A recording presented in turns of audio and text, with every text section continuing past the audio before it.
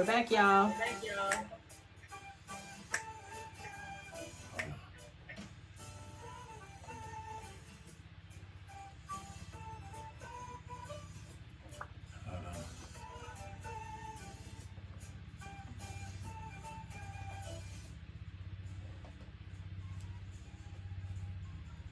Okay.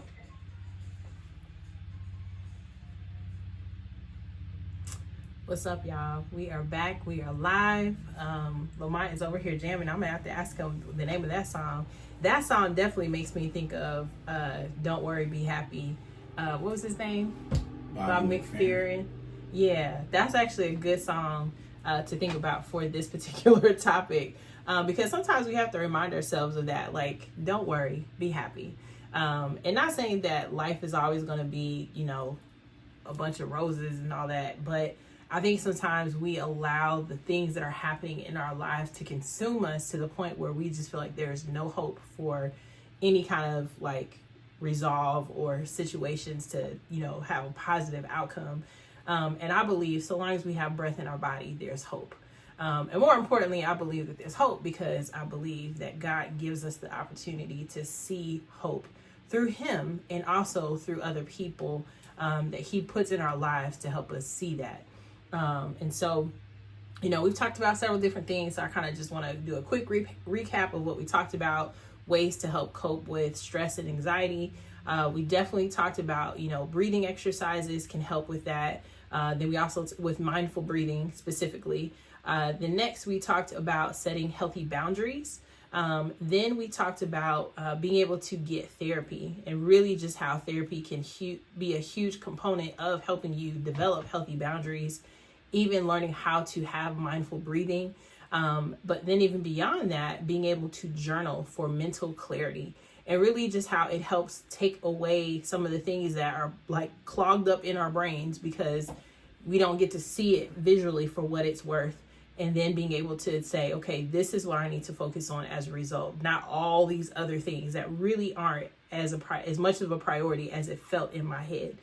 And then, we talked about, being able to get a journal with, my, published self-care journal, Gratitude is Always in Season, because it is built and created to help develop gratitude, growth, and healing. Using therapy through the self-reflection questions that are in there, also because of the poetry and also photography that is in the self-care journal. And then of course there's actually a mini self-care journal in the very back that has some other things that you can do to help you develop gratitude, growth, and healing. So it is an amazing book, and all this time I was talking about it is literally sitting right here. So this is the book. This is why, you can't take yourself seriously. You really can't, because I'll tell you, if you do, you'll stress out. Yeah. So this is the book. It literally is right here. So for those of you that want to know, what does it look like? What is it? This is what it is. So you can see how thick it is. You guys see how thick it is? Right. So this book has so much goodness in it. And I'm going to share a testimony from someone tomorrow that I just thought was so sweet because of how she uses it all the time. And it has really helped her with a lot of the things that we're even talking about tonight. And so inside of it, you'll find there are 3 chapters. And in here, you'll find even things that are affirming. So these are like little sayings that you can actually take out of the book and you can frame it. So that they can be affirmations for you. You can put those all over your home or office or wherever you want to. Like I said, there are poems in here. There are a total of 20 different poems. So I think this is a good one. And this is actually a good one to help you with stress and anxiety. It's called Growth Will Bloom in Due Time. And so it comes with a picture. These are all pictures that I've taken myself.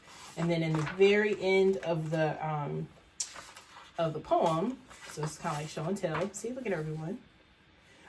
There are self-reflection questions. So these self-reflection questions give you an opportunity to reflect on how does this poem help you or help you to process whatever it is that you're going through in your life.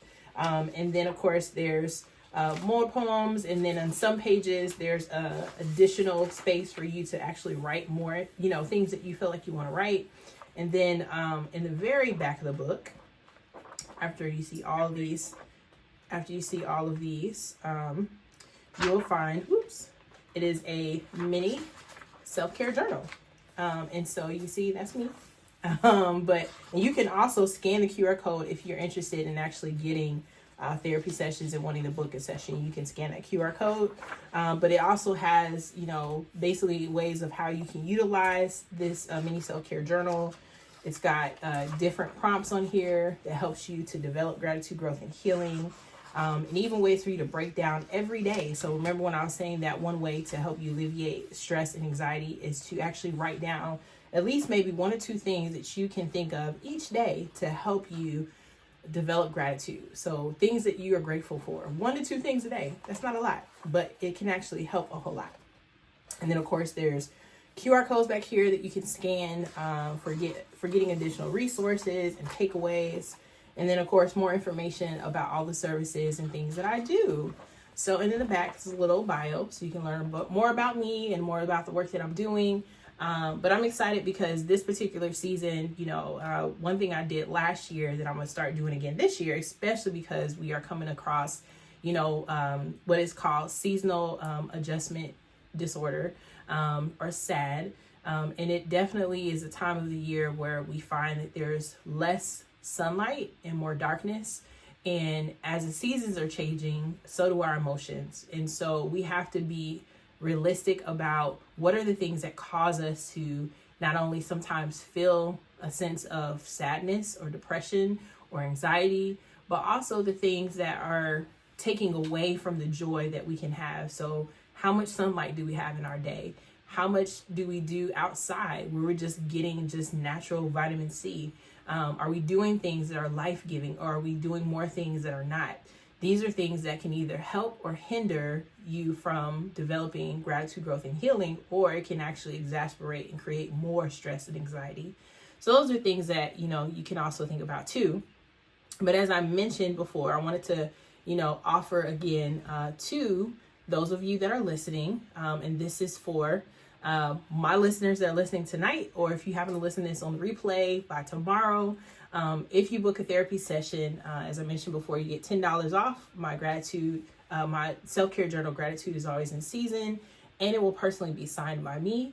And I want you to know that, managing your stress and anxiety is not something that may always come easy, but it's something that is necessary.